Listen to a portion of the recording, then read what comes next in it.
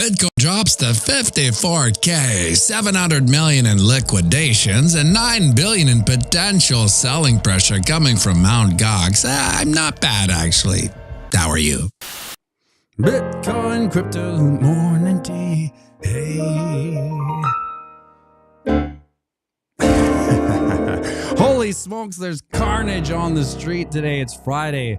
Wasn't going to do a video because they're like, what am I going to talk about except for all this crazy carnage on the street? And then I thought, oh, heavens to Murgatroyd. I know. Maybe I can have a conversation with Randy Hipper. Let's get Michael Saylor out of your way here. How's it going, Randy Hipper? Good. Thank you for having me, PMB. Hello, everyone in the chat. I miss you all so much. I hope you guys are doing well today. Happy Friday. I know you're Canadian, pianomattyb, but happy 4th, you know. Well, we kind of secondarily, we celebrate everything the States does anyway, because we're just like the weird brother in the attic from America, right? So we kind of do everything. What did you think about yesterday's carnage and dump? Oh, honestly, I'm not surprised. I mean, Bitcoin was up, at the height, like 150% in the past year. You're retracing a little bit. That's normal. I feel like a lot of people were like, oh my gosh, we're going to the absolute moon right now. Like, we know that's not how Bitcoin works. We know that Bitcoin, she's a shocker, that she's going to go to 70K, liquidate all the shorts, then come back down and liquidate all the longs, and then get all the paper hands out of here, get all the selling pressure out the way, and then we carry on and see what happens from there. But none of this is surprising to me. Yeah, we tend to forget, don't we? Like we've been through the last bull market. We did this 6 times. 6 times a 30% pullback. And I guess we're officially at a 30% pullback. But take a look at this.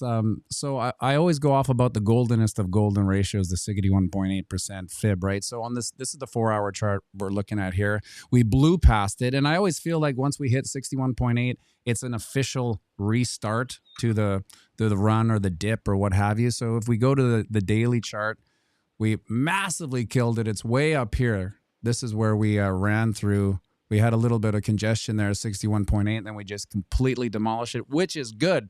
I know it doesn't feel good, but it is good. So on the weekly, look at this, 61.8. That's exactly almost where we were. And I remember putting this in 54.4. This was way back. When was this? In April. Going, this is the 61.8% fib. And it was like, it'd be insanity to hit 54.4, right? But here we are. So this is the weekly chart. It's reset. So that's good news. Unfortunately, the last little bit of bad news is this is the monthly chart. And where is 61.8? Well, it's 43.2. Oh, where'd you go? I didn't put this one in. It was my fault. There was a notification that came up that just completely blocked me out. Sorry. Oh, gotcha. Well, anyway, we still have 43.2 to reset the monthly chart. Now, it doesn't mean it's going to reset at 43, but I mean we've hit 61.8 every single chart. What do you think? Do you think we can get as low as 43.2? Honestly, nothing surprises me, to be completely honest. I know that we were a little congested and consolidated a little bit around 52.2. And then if you really look at like the last major consolidation phase, which was between December of 23 and February of this year, like that was ranging and bouncing between 41.4 and 44.7. So that to me is always a possibility where you have like the accumulation. And even if you look back, I'm looking at my charts now back in like 2022, where we were kind of like, we bounced from those levels as well, around 40 to 47-ish.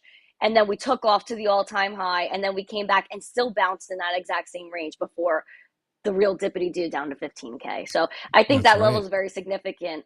If you're looking back in time between 39, 40K and the 47 range. Yeah, you can look back here. You see it all. That was some major congestion back in the old bull market of 2021. Now, can you imagine if we hit 43, had the sentiment's so brutal now? I mean, everyone would be saying that it's over. The bull run's over. That's it, right? That's what they all say, man. Until it blows past 70K, hits a new Yeah. all-time high, and then Right. everyone's like, "Yeah, man, I just longed for like 20,000x leverage, and you didn't, bro. Like you're a loser." Oh yeah. Like that's what everyone does every time. But then when the market's dipping, it's like, "Oh yeah, I don't even have dry powder left, bro." Like I it's know. all Yeah. about the sentiment is wild. The same people that are like, oh, I couldn't buy the dip are the same people that were like, yeah, I just loaned this dude and you didn't. Like, you missed out I all know, the like we're time. at 55K now, and once we blew past 55, everyone was like, "Oh, geez, I wish I would have got in." Right, and now they're probably sitting on their hands, not wanting to touch 55K. There's opportunities everywhere. No, there honestly is. And people don't understand like the generational wealth that like between Bitcoin and alts that could be like, potentially accumulated because if you're even looking at the whole TradFi scene, the banks are still struggling. There will be bank failures. There will be more bank failures. And inflation is still a thing. People are struggling to live right now. There's a finite supply of 21 million Bitcoin. You're looking at all these whales buying all of it up, buying up these alts because what's happening? All the people with the big money know where the money actually is, and they're taking this opportunity while everyone's just selling it right to them. Yeah, I'm kind of surprised that there hasn't been more bank failures. I mean, they got to be getting prompted up with like a unbelievable amount of backdoor stimulus, and we just don't know about it. But that can only last so long. And once that's what I think the major catalyst will be. Like we'll see some bank failures, and then boom, we'll have like a impromptu meeting from old booze breath Jerry Pow Pow, and he'll be like, "Yeah, we're going to reduce the rates," and it'll just come out of nowhere. I mean, a lot of people think that it'll be planned, like maybe it'll be September or December, but I think it's going to come in like a out of nowhere, and then that'll be the catalyst, I guess, to the next leg up, perhaps. I mean, when the banks were failing, the last time, that's when I'm looking back at like when Signature Bank collapsed, and that was March 14th or 13th of 2023. And if you look at Bitcoin over like that those few days from like the 11th to around the 14th, I could do the measurement right now on the chart. Bitcoin actually went up like 25%. During that time from like 19.6 to like around 25K. Yeah, So I that's think right. actually like it's really bullish for Bitcoin. I mean, any inflation, even war, as bad as it sounds, is bullish for Bitcoin because what fuels the war is the fiat, and then they inflate everything. They steal money from everyone. They tax everyone extra just because they can, and they're tyrannical. And that's what helps Bitcoin because people want to escape all like the violence that comes with the war and to get peaceful money. And Bitcoin is peaceful money. You know what I've noticed in the crypto sphere, especially with American either just investors or Bitcoiners or whatever, the talk of tax and income tax is such a like they don't even no one messes with it, no one fudges with it. It's like no matter what. It's like there must the IRS down in the States must be like the Gestapo. Like if you just step out of line, they bring you to jail because in Canada, I mean, there's only like small examples of people that kind of get made an example of, but you don't hear a lot of people in Canada with the amount of fear that the Americans have with the IRS. Is it a real thing that we don't know about? Oh yeah. Oh yeah, because the IRS is like a monster where if you're late, then they will charge you for the every second you're late on filing your taxes, and it's not cheap. So I definitely think that the IRS is a scary being because especially like the whole thing is like guess and check. Like, okay, I'm guessing how much I owe you. You tell me if I'm right. Like, what kind of rules are these? And then you look at the fundamentals of the country where like the Boston Tea Party and all these things. Like people were getting mad that they were taxed on tea. Now you walk into the store and you're taxed on everything you buy, even toilet paper to obviously sustain yourself. So like even water is taxed, the plastic bottles of the water, and you're taxed to buy the case of water. Like if you're buying a case of water, especially in New York, you're buying a $7 case of water. You're paying like $10 for that with the tax and all the fees that go with it. And then you get 5 cents a bottle if you go and recycle them. Like to me, that's ridiculous. Like I'm trying to buy water to live, and you're taxing me on that just because it's plastic. But if I go and buy like a 6 pack of Coke, you're not charging me for that plastic. But Yeah, because it's water, you're unbelievable. charging me because it's a basic human need. Like the robbery of this country and like the taxes is just not fundamental to why everything is here. But I think people over time, they get comfortable, they give up their freedom for convenience of some sort, and they refuse to fight back. And that's a big reason of why I left New York, because I think people were really getting complacent with being robbed of like their daily life, and I couldn't do that anymore. Oh, wait a second. I just saw Black Hat Team. Did I unlist this thing? Holy shit. Oh, I think that it might be for members only. I thought you did it on purpose. Oh, no. Hold on. Maybe I can fix this. You could, if you go into the details of the stream, then you could change the privacy of it. Okay. You should be able to. Let me do that, because I was wondering, I'm like, wow, there's only 9 viewers. This is a very weirdly viewed video. Okay, so I got to go to my YouTube thing, right? Yeah, YouTube. and then you'll see like in the studio part. Hold on, let me go to it. YouTube Studio. You go to live. You'll see the stream that we're on right now, and then click the little pencil button, and then you should be able to fix it somewhere. This is what amazing with the people in the chat and save the whole video. That's so awesome. Okay, where am I? Live. Do you have the direct link to it? Like, how did they find it? I guess if it's unlisted, every maybe member can see it.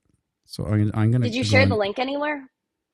I did, yeah. On okay, Discord. so go to that. Yeah, go open that link, and then you should be able to press edit video from there, because you're the owner of the channel. Okay. I got you. We're gonna save this thing. Yeah. See, I was just saying before, there's a million things that can go wrong here, right? Yeah, go to content. Yeah. And then you'll see the live we're on right now. Verified. Oh, poop. Come on. The very dicey here, all the potential doxing that could go on here. It's okay. You could change your password after. Of course, like, you know how many times it asked me to verify in a month? Maybe once, but during a stream. That was like me, like when I was trying to get my camera on before this, and it never asked me to update it, and then all of a sudden it had to update. And it's actually still stuck on 94%, which is so wonderful. I love that so much. Thank you, camera. You're amazing.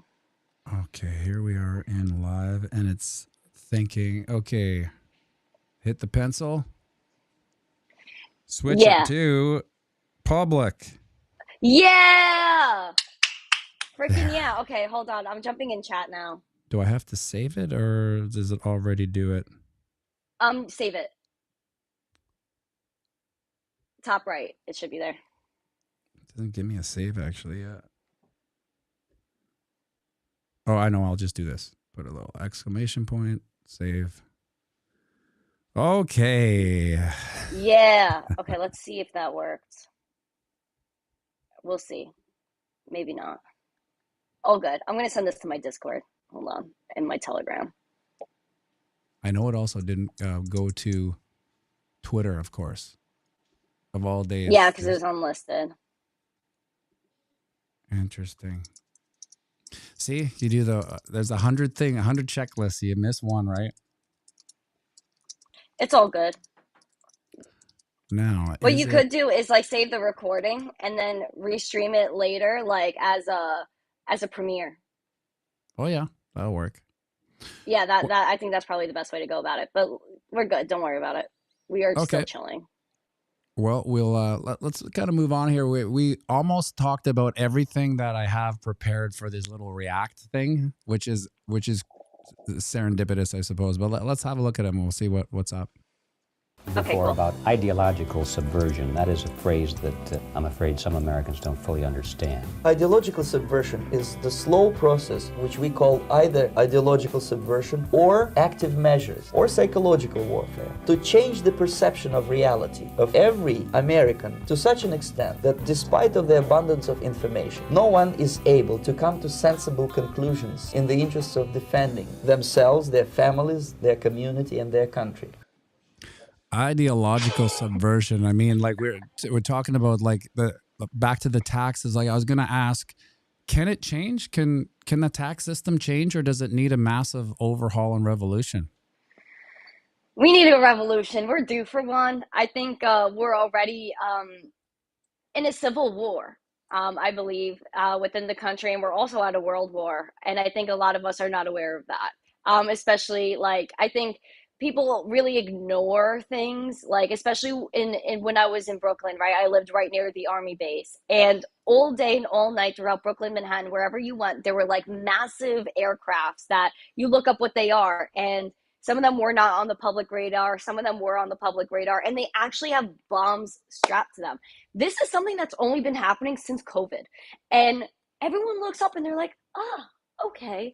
And like it's normal for them. No, it's not normal for warcrafts to be flying everywhere. I just, I think people like in America, it went from like really strong people to very complacent people. And I think that we need an overhaul where people are now getting frustrated and realizing like it costs too much to live. Oh, wait, maybe these taxes aren't necessary if you could just print more money and you're charging me money when you could just make more and just oh, you print more and just put it in your own pocket. That's great. So I think definitely people are waking up because now it's affecting their daily life. Whereas before, it really wasn't affecting their daily life, where it was affordable. Tax, who gives? Like it now it's becoming a real issue where people are really nickeling and diming to live. So.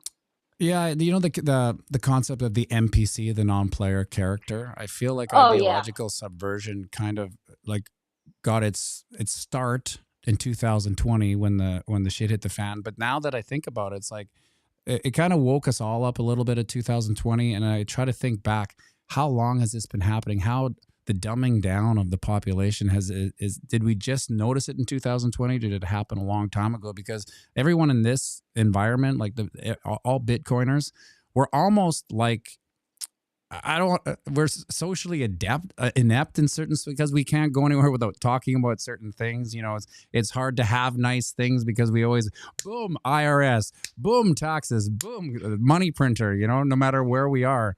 And I feel everyone else with the ideological subversion is just kind of sitting there drinking beers and watching football, maybe. Yeah, again, it doesn't affect their daily life, so they don't care. And then it comes down to like, oh wait, I can't afford to do this anymore. Oh wait, maybe I don't want to pay the IRS $1 million to live and just breathe. Yeah, I think it's a big problem. I think it's a big problem, and I think even I was one telling people like before 2020, and like when I was 16, 17, telling like family, friends, and people started to think I was nuts because I was like, the news is lying to you. Like, there's a lot of things that are really wrong with the world, and like they're telling you about all these wars and things, but like, where's the proof of anything? Like they'll say like, oh, a bomb went off somewhere, but then they'll show like a star in the sky and that's the bomb going off. Like, where that could be in your backyard. Like, you know what I mean? Like there people are just watching the TV with just statements being made and no questions asked. And I think when the lockdowns happened and certain things started to happen, that maybe they started to question it just a little bit more. But there's a lot of people that I believe are in denial, like, oh yeah, the government wouldn't do that. But like, who's the government to you? Like, Right. big brother who? Like, is that your big brother? No. Are they here to protect you? No. Like, if you ever hear that, then you run. Right. I notice it with my parents' generation because in their defense, they kind of grew up with a normal government and the propaganda machine wasn't as huge. So they had one channel that gave them the news and it was somewhat unbiased, as unbiased as it can get. But the government actually wasn't out to get them, so to speak, when they were growing up. So now that we're in this phase where basically the government is out to get you, steal everything you have, they're in disbelief. They can't even fathom it. And they think that we're like crazy for thinking this. And I can't help but think they have to be incredibly insane to not see what's going on. But, who knows? I don't know.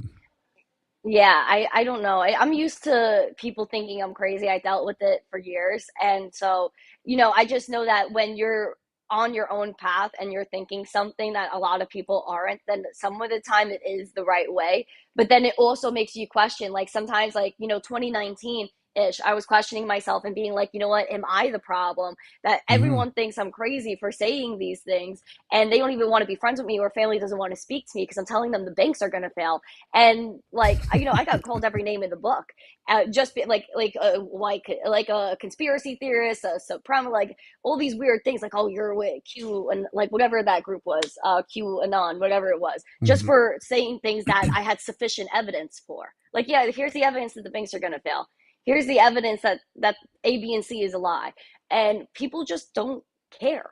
And it's really weird. But again, I think a lot of people really are waking up. And, when you see evidence and, even the news with like even the lockdowns and certain things that they made you do, they're now turning around and saying, hey, maybe that wasn't the whole truth. Or maybe that wasn't like the information that was supposed to be given. I don't know.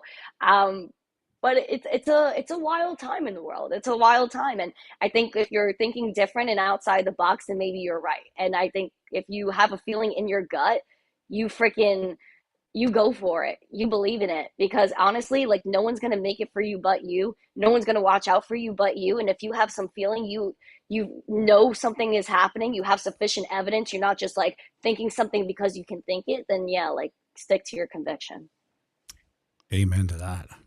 Well, is there a globalist conspiracy to control everything we do, from our financial transactions, take away our cash, make us use their garbage central bank digital currencies? How about carbon footprint? You traveled too much this month. You took an airplane flight way too many times this month, so you can't get in your car and go visit grandma anymore. You're not allowed to buy gasoline this month. You can't do that. Why not go out and buy an electric car? You schlep? Go out and do that, because you'd be better for the globalists, right? What about our food supply? Highly processed food they want you to eat, these fake meat patties with 80 ingredients inside of them. And when you get cancer, then use our medicines. We made these medicines ready to go. It's all convenient, isn't it? It sure as hell feels like there is a globalist conspiracy right now.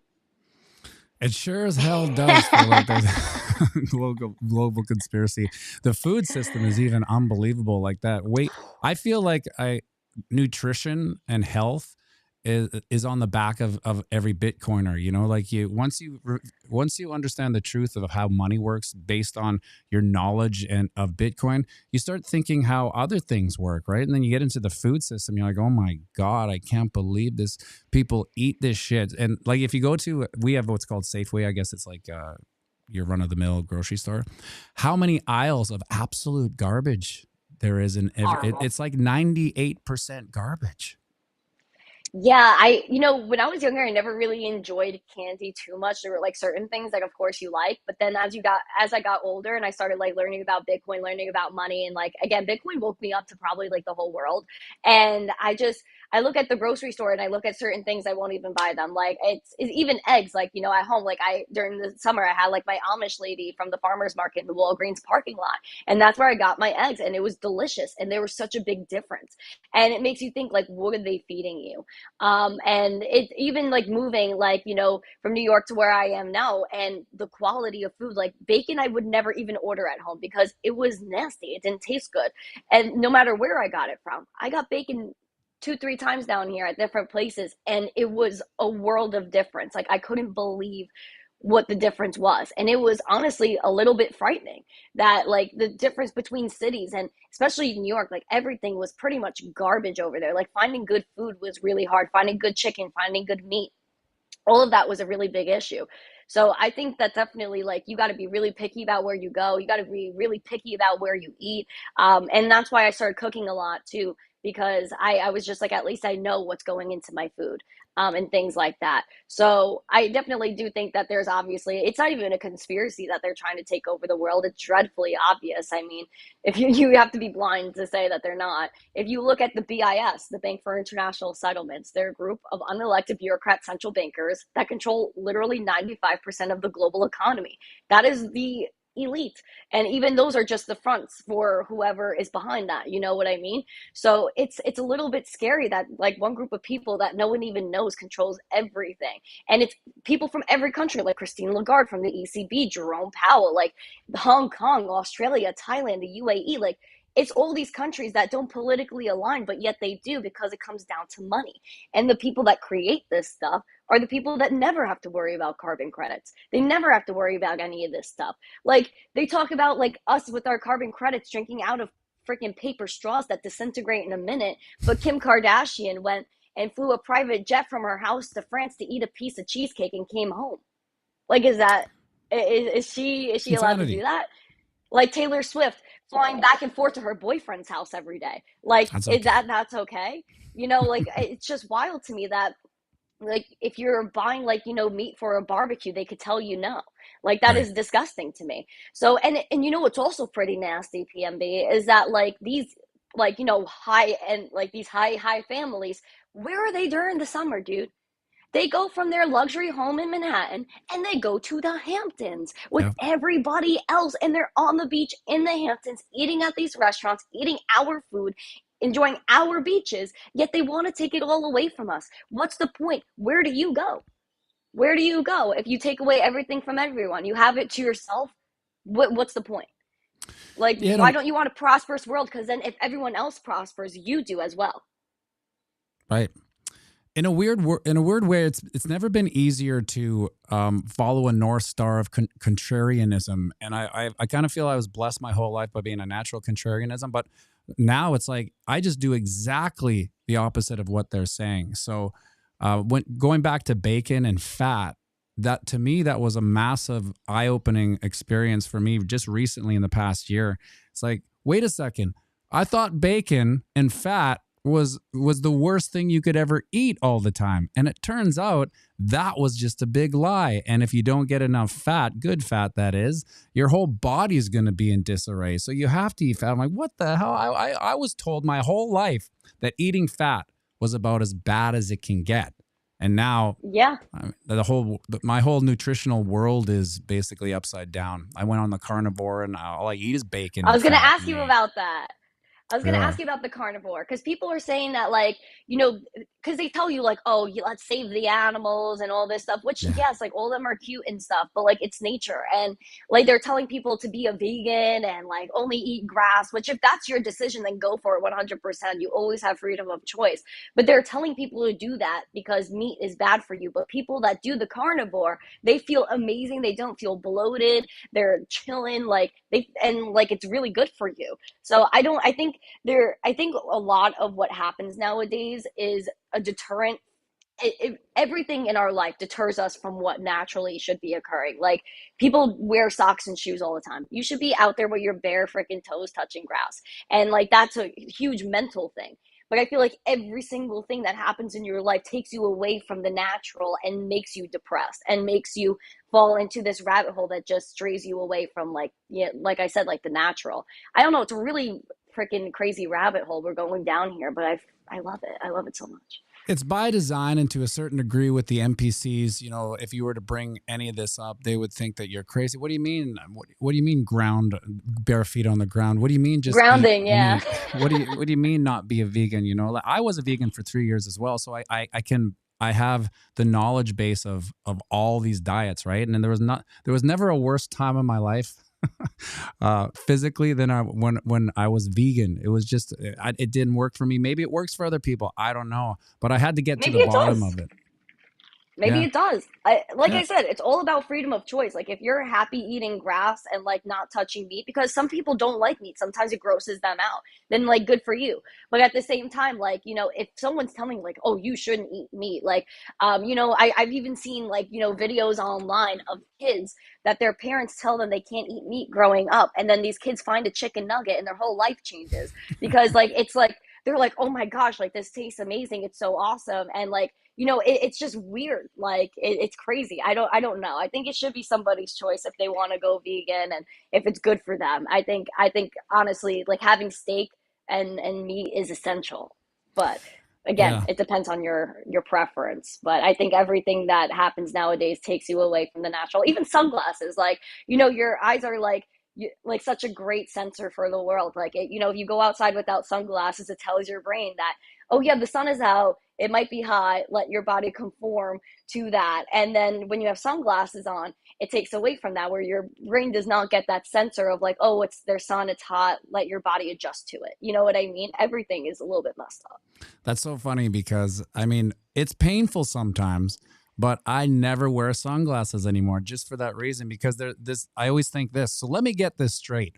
Every single living organism on Earth gets signals from the sun, whether it's to grow, to go, to die, to reproduce. They all get these signals from the sun, except for us. You know, our eyes Yep. aren't getting any signals from the sun. So let's cover it up as soon as the sun's up, and then never get the signal. And so, like that, it sounds crazy to a normal person that I never wear sunglasses, and it's hard. You're driving in the sun; it's so bright, right?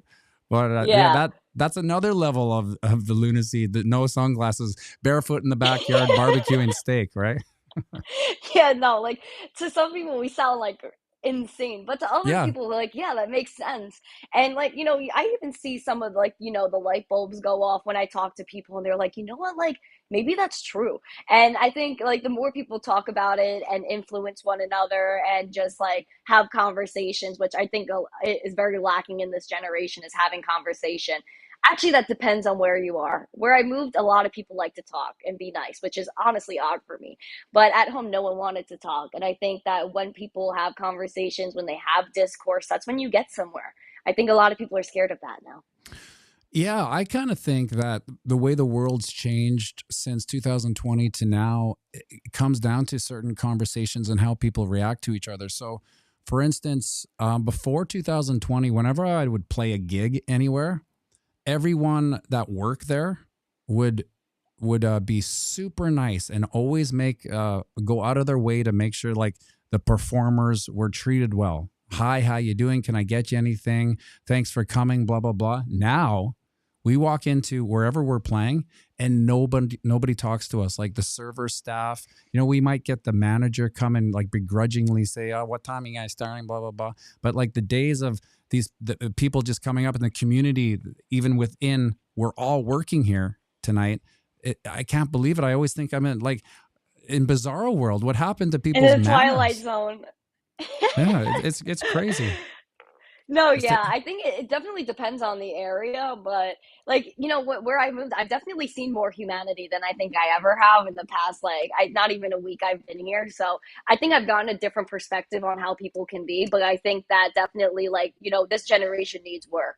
It needs work bad. And what I think about is all the parents that have their kids in like the restaurants with an iPad in their face mhm. like this. I was in a restaurant a few weeks ago before I left, and there was this mom with like a little kid and had like these videos on of like someone blowing bubbles, and it was like hypnotizing type stuff, like things going in circles. Like I had no idea. It was like Yeah, worse than any TikTok video I've ever seen, and it was on a constant loop. And the kid like wouldn't even like the mom was feeding it. It was looking at the screen while eating, and like while the mom was like getting it like ready to like leave the restaurant, the kid was still like looking at the iPad. It was like so strange. I couldn't believe it. And I was just like, why don't parents want to engage with their kids anymore? If a kid cries in a restaurant, that's normal. Like yeah. that's a child. You know what I mean? So I don't know. I feel like things are just really weird in this generation. I don't know. Yeah, I don't know if it's fixable because those type of human habits, they usually come about, they get course corrected by punishment, whether it's social rejection but if they're all like that, there's not going to be enough people to course correct all the dummies. They'll all be like that for a whole generation maybe. I think the millennials that are like raising these iPad kids are definitely going to have issues, but I think kids my age, like amongst Gen Z, they see how the millennials are raising these kids. And from what I understand of like people from like I'm 21, so like I talked to people like a little younger and up to 25, and a lot of them were like, no, I will not put that iPad in front of the kid's face because they will be special and like they won't Hmm. be able to be like, attentive, and they won't be able to like have patience. And I think that if a kid is crying in a restaurant, you teach them to sit there and be quiet. Like you teach them to like sit there. Like my dad never, well, it wasn't really an option, but he didn't bring toys to a restaurant for us ever. He was just like, you sit there, you eat your food, and that's it. Like you have to like relax. Like you have to like, it's parenting. And I think a Yeah. lot of people don't want to parent. Then like what I understand is that a lot of people, like even if you have a kid doesn't mean you're meant to be a parent, or that like you could handle being a parent.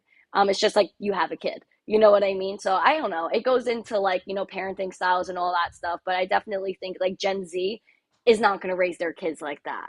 But I think unless they're raised like that themselves, I think the millennials are doing something very bad to their kids right now. Look who But it Duke is, is doing Duke. so good. You're a good dad. I was going to tell you that too, leading into Oh, Duke, thanks. because you're such a great dad for, like, you know, even the lyrics that he sings, he doesn't realize how important they are and how much sense it's going to make to him subconsciously in the future, how much he understands, like, you know, playing the same games with the psychopathic elites, all like that stuff. Yeah, yeah. Like that, those are lines that like he sings, but subconsciously it registers. You know what? I just realized this, Duke. You only know Randy Hipper as someone in a comment section. That's Randy Hi, Hipper. Duke. You say I hi. already know her. You already know her. Oh, yeah. I guess you've seen some videos. She said hi. I guess he can't hear it because we're in ears. Oh, he can't hear me. Yeah. Oh, She's saying he's so hi. How cute. you doing? Good. Thanks for asking. Little huggy for you, Duke.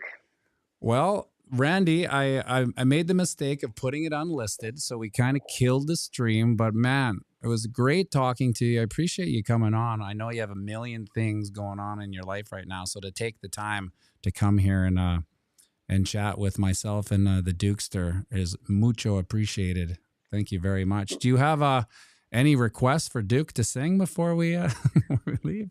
I want my sound check. I want my Okay. sound check. Anything that Duke wants to sing, I'm happy with. I love Duke. You're the best PMB. And I want to thank you again for having me. I really appreciate you. I love your channel. I love the work you do. I love the lyrics you sing. I think they're incredibly important. And I think that, like, you know, we're still early. Your channel is so early. Even though we've both been here for a minute, we have not seen the pop off yet. So Right. I'm so excited. I'm so bullish on you. You have no idea. You bring so much Thank you. value. Thank you so much. I mean that. Randy said she wants to hear Soundcheck and then your choice after that. So this one's going out to Randy. Thank you, Randy. Thank you so much. Soundcheck. Baby, it's a sound check. The piano's not on. Oh, Jesus. Okay. Piano. Yeah, that's not on. Baby, it's a sound check. F. Sound check. I'm gonna check this mic, so you should check yours too. Sound check. Baby, it's a sound check. I'm gonna check this mic, so you should check yours too.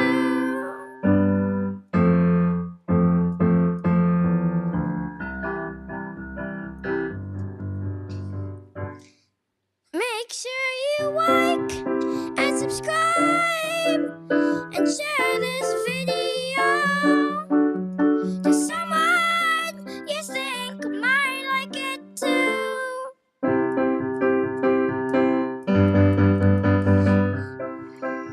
Where are you going? I forgot the lyrics. We're going to the gym. We're going to the Jimmy, the Jimmy. Gonna have Jimmy, the Jimmy.